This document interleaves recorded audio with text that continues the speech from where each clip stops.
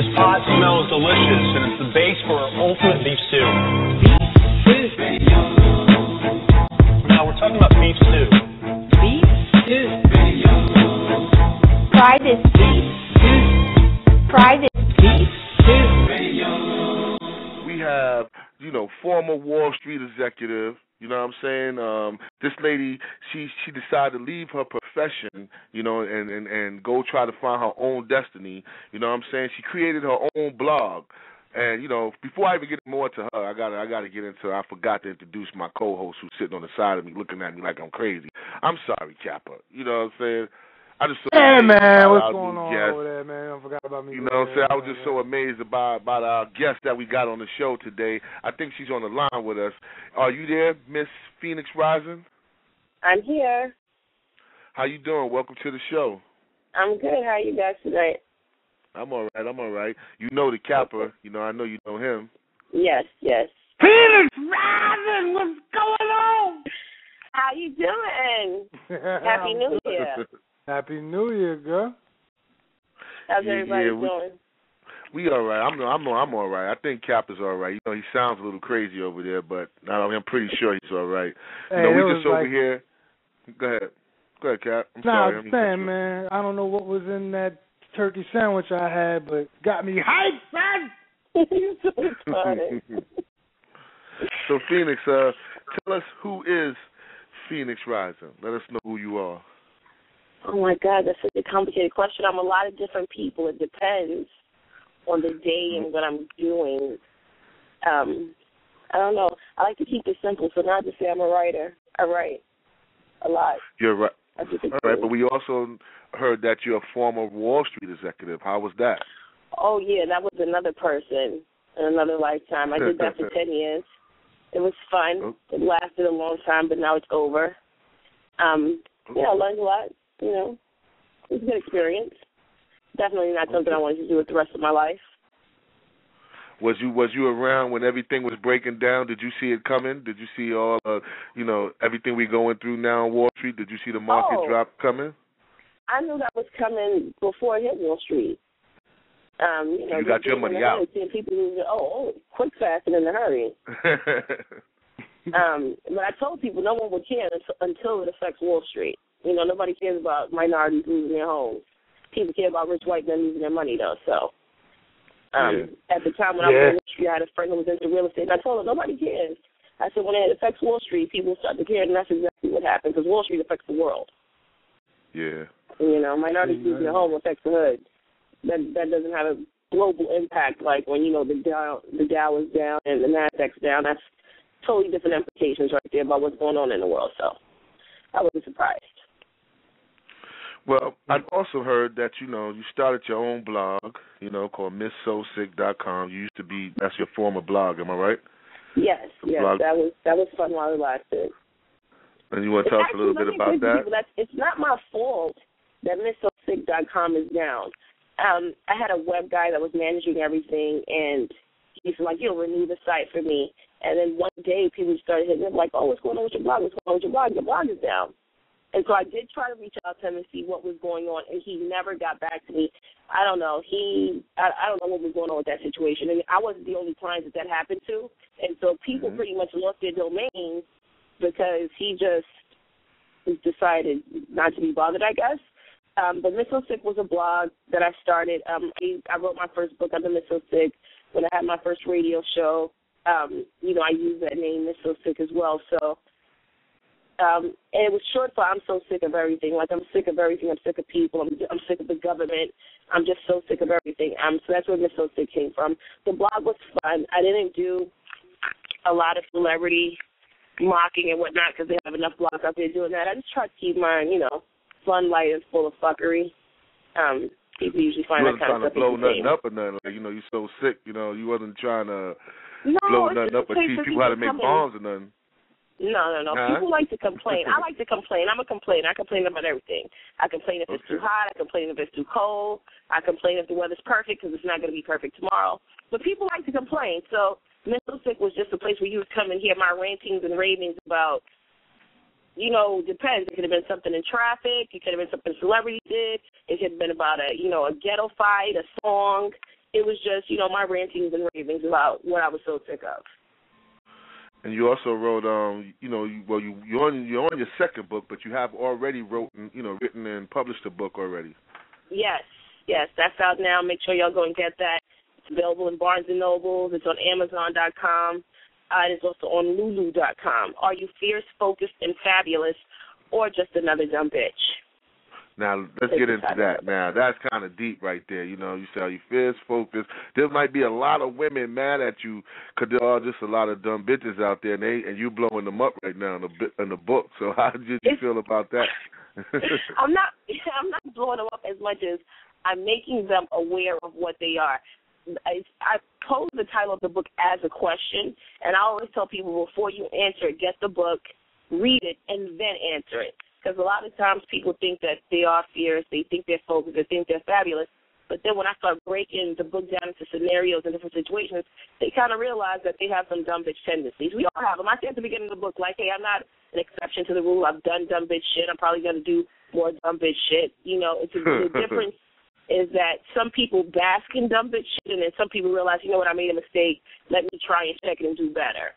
And it's really, even though it sounds very harsh, it's really supposed to be an inspirational book to kind of give people hope. I talk about relationships. I talk about the economy. I talk about friends. I talk about families. I talk about haters. I talk about, worthless ass men. So it's not just a dating book. I talk about domestic violence. So I cover a lot of different topics in 66 pages, and I actually give some help. Like if you read the domestic violence chapter, I actually provided information to Safe Horizons where you can go and get help, to kind of get out of that situation. From being a dumb bitch? I don't mean to say it, but you saying they could go get help from being a dumb bitch? No. Like if somebody's beating on you or if you find yourself in some kind of domestic violence situation, you can call Safe Horizons and they will help you to get out of it. So, because, my thing is if you just stay in a relationship and let somebody beat on you, whether it's a man or a chick or whatever the case is, then you're a dumb bitch. Like, really? Yeah. That shit is popping? Not really. So, people don't like that I say that, but if you stand with a man or a woman or whoever, and somebody's beating on you, whether it's verbally or physically, then you're a dumb bitch. That shit is not cool. Get some help. There are places that will help you. A lot of times people, I don't have money. Let me tell you, I would run out of a nigga house butt naked before he put his hands on me. That's what I know. People don't focus on the most important things. They don't really have faith. I think that God will get them into a better situation, so they just stay in that bad situation, and that's just some dumb bitch shit to do. So what about the Basketball Wives and the Love and Hip Hop? Would you consider any of them girls on there? Because a lot of people say they make those shows make women look bad to a certain degree. Do you agree with that? I'll be perfectly honest. I've never seen an episode of Basketball Wives. You've never seen an episode? I've never seen an episode of Basketball Wives. I just started watching Love and Hip Hop the second season. I've seen about 4 or 5 episodes of it. I tuned in because I definitely wanted to see Drag King Bella. Do I think it paints women in a good light? No. Do I think it paints minority women in a good light? No. And because I don't think it paints minority women or women overall in good light, I've actually created my own reality docuseries that will be out in a few months, and it's called Moguls in the Making, and it's going to be on UHE-TV. It's black people. We're not, black women. We're not fighting. Nobody's dragging nobody. Nobody's punching nobody in their face. We creating magazines, we making movies, we creating TV shows, we A&R records on major labels, we getting shit popping out here. There's no reason for 2 grown-ass black women to drag each other on TV for the nation's amusement. Bitch, you's a dumb bitch. Get your life together. Like, you're really exploiting yourself for peanuts, and I know what you make, and it's peanuts. There's no way I'm letting a bitch drag me and kick me in my face for that kind of money. You know how much money Mike Tyson made? Trust me, they're severely underpaid right now. They don't even realize. Like, boxing is a very big sport. Like, they not even paying them their worth right now with all the fighting they got going on. Don King could have got some better deals than that. Well, I guess they feel they travel. Do you think the traveler, because they always going somewhere. They always, they're always around. To a restaurant for 15 minutes to tape? They going? And have a fight. You're right. They're not going nowhere. What, they running around Harlem? They're not going nowhere. I mean, this is my thing. People do what they feel they have to do when their back's up against the wall. And I tell people all the time, there's a difference between being thirsty and there's a difference between being hungry. I'm hungry. You know what I mean? Like, I'm out here working. Them bitches thirsty. They doing anything to get on. They fucking ballers. They fucking rappers. They fucking nobody. They lying. They fighting. I'm not going to exploit myself like that for fame. I'm going to work hard to get to the money, but I'm not going to exploit myself for fame. And there's a difference between being famous and being rich or being wealthy. And none of them are any of those things. They may be famous, which is the equivalent of being popular. I know high school kids that are popular. So what? Mm-hmm. You know, they're not making enough money to gain any kind of wealth, and they're definitely not smart enough to put themselves in any position where they're going to make any kind of wealth. So, salute to those women, you know. And not to say that there aren't women out there like that, because there are plenty of women out there like that, but there are also plenty of women out here like me. So shout out to myself. Shout out to Amanda VSD, the editor-in-chief of Vision Magazine. You know, shout out to DJ Booth. Shout out to Hustle Hard Gotti. Shout out to Kimmy Cupcakes from Shade 45. Shout out to Tiff the Stylist. Shout out to Melinda Williams. Shout out to Teray Torres. I mean, there are tons of women like me out here. We're beautiful. We're black. We're intelligent. And we're doing things, and we're not exploiting ourselves to get the things that we want to get. So, I mean, there's always got to be, there's two sides to every coin. That's one side, and, you know, moguls in the making will give you the other side, the real side. And we're not rich by any means. We out here grinding and trying to get there. I mean, you know, and trust me, them chicks ain't rich either. I have one of them chicks on my payroll and I fight her. Trust me when I tell you, she ain't rich. And ain't no nigga give her $500,000 either. So you can believe the hype if you want to. It is what it is. Now, you also sold out you had 2 sold out nights in Manhattan for one of your plays, too, which is kind of, shout out to me. Great. Shout out to me. How did that feel? Love Lies and Lust, stage play. We were at Symphony Space on Broadway and 95th Street. We premiered, Saturday, February 12th, 2011, 2 sold-out shows.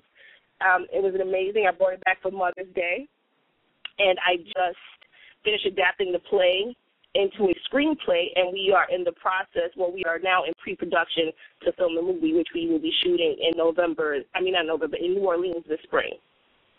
Okay. Now, Phoenix, let me jump in there. Now, I was there. I was at one of the sold-out nights. Got to tell you, that's right, you were. It was definitely an entertaining play, but can you tell the listeners a little bit about the play? The play. You don't have to give it all away. But I'm not going to give it away. The play, I wrote the play because I was doing internet radio at DTF Radio. Shout out to everybody over there. And in doing this show, I met a lot of up-and-coming and unsigned artists. And I was just kind of confused when I turned on the radio and I hear a bunch of garbage, but I'm doing these interviews with all these amazing artists. And I just felt like somebody needed to tell their story. They all kind of had the same gripe. It's all about, who you know and who you're willing to pay. And a lot of unsigned artists, artists on the up and coming just don't have that kind of capital and collateral where they can pay their way.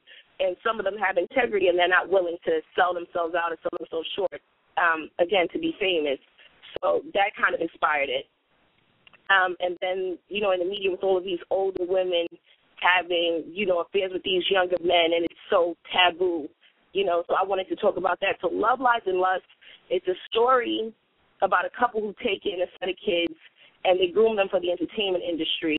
And then things just go terribly wrong. Like, just when they're on the verge of making it, nothing is as it seems. And, it causes you to ask yourself, like, well, that doesn't make any sense. But sometimes things just don't make any sense, or it doesn't make any logical sense. It makes sense for the people that are in the situation. It's thought-provoking. It's funny. You're going to laugh. You're going to fall in love. You're going to get pissed. But at the end of the day, I want people to kind of understand that, things happen. And they don't necessarily happen how we planned them to happen, but they happen, when they're supposed to happen. So people loved it. I loved it. I had fun making a play. And now we're going to do it on a bigger scale. And so I decided to adapt the play into a movie. And that's where we are right now. So Love, Lies, and Lust. Okay, once again, everybody out there, this is Big Stu on Beef Stew Radio. We got Phoenix Rising in the building with us. I'm in the building. Let's go. She's multi-talented. So now, what are you doing? Now, I understand that. I don't mean to say it. But I gotta ask you. I'm trying to understand. You doing some new radio show with a new co-host now? Yes. I'm doing a new radio show. It's a radio TV show. Okay. And it's called Menage a Trois. Wow.